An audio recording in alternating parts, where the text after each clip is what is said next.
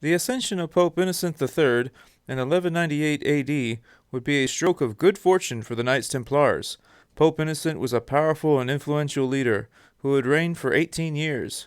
He maintained an iron will towards establishing the Church as the supreme ruler of a theocratic hierarchy in which all Christian kings would willingly submit themselves to the authority of the Pope.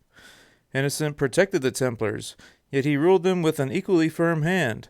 The Knights Templar became Pope Innocent's personal army, the militia of Christ, by which the Pope would enforce his will and attain his goals. Among those goals would be the liberation of Jerusalem by calling for yet another crusade. In 1202, Pope Innocent preached a Fourth Crusade, whose glory would be equal to that of the First Crusade. Egypt would be the initial target, as taking a leaf from the notes of King Richard. The army of the Fourth Crusade was led by various nobles, deemed loyal to Pope Innocent, of whom Boniface of Montferrat was the overall leader. The Templars helped fund the European armies as they assembled and began to travel eastward. The Crusaders assembled in Venice from all across Europe, and from Venice the plan was to sail to Egypt.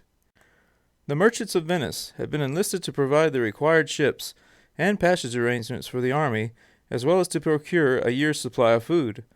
The Crusaders were unaware that the Venetians had also at the same time made a trade agreement with the Sultan of Egypt, promising him that no European army would land in Egyptian territory. So the Venetians demanded of the Crusaders a price for their services.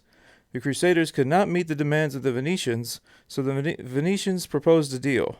If the Crusaders captured the Dalmatian port of Zara for Venice, the Venetians would then extend credit to them.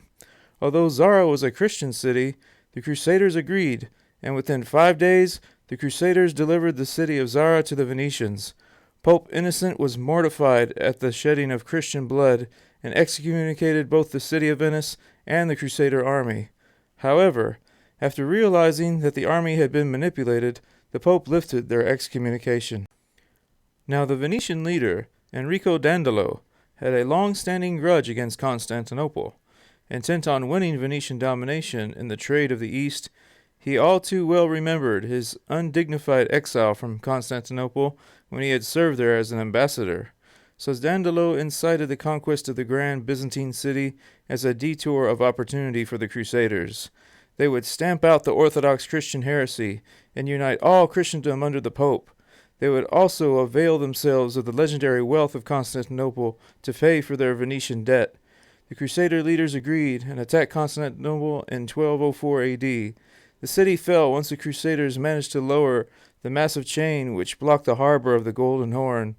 Sailing in with their fleet and attacking the sea walls and land walls simultaneously with siege engines and scaling ladders, even the elite Vengarian Guard could not prevent the Crusaders from forcing their way into the city. Once the Latin Christian soldiers had entered the Orthodox Christian city, wholesale looting and pillaging followed. The carnage and violence of theft would soon be accompanied by drunkenness, sacrilege, murder, and rape. Thousands were killed. In the aftermath, the Byzantine territories were distributed between Venice and its allies. Pope Innocent's dream of a united Christianity was destroyed.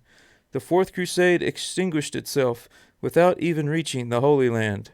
However, the Byzantine Empire would be re-established in 1261 AD, when the Orthodox Christian forces of the Empire of Nicaea, led by Michael VIII Palaiologos, recaptured Constantinople. This is the leap of faith.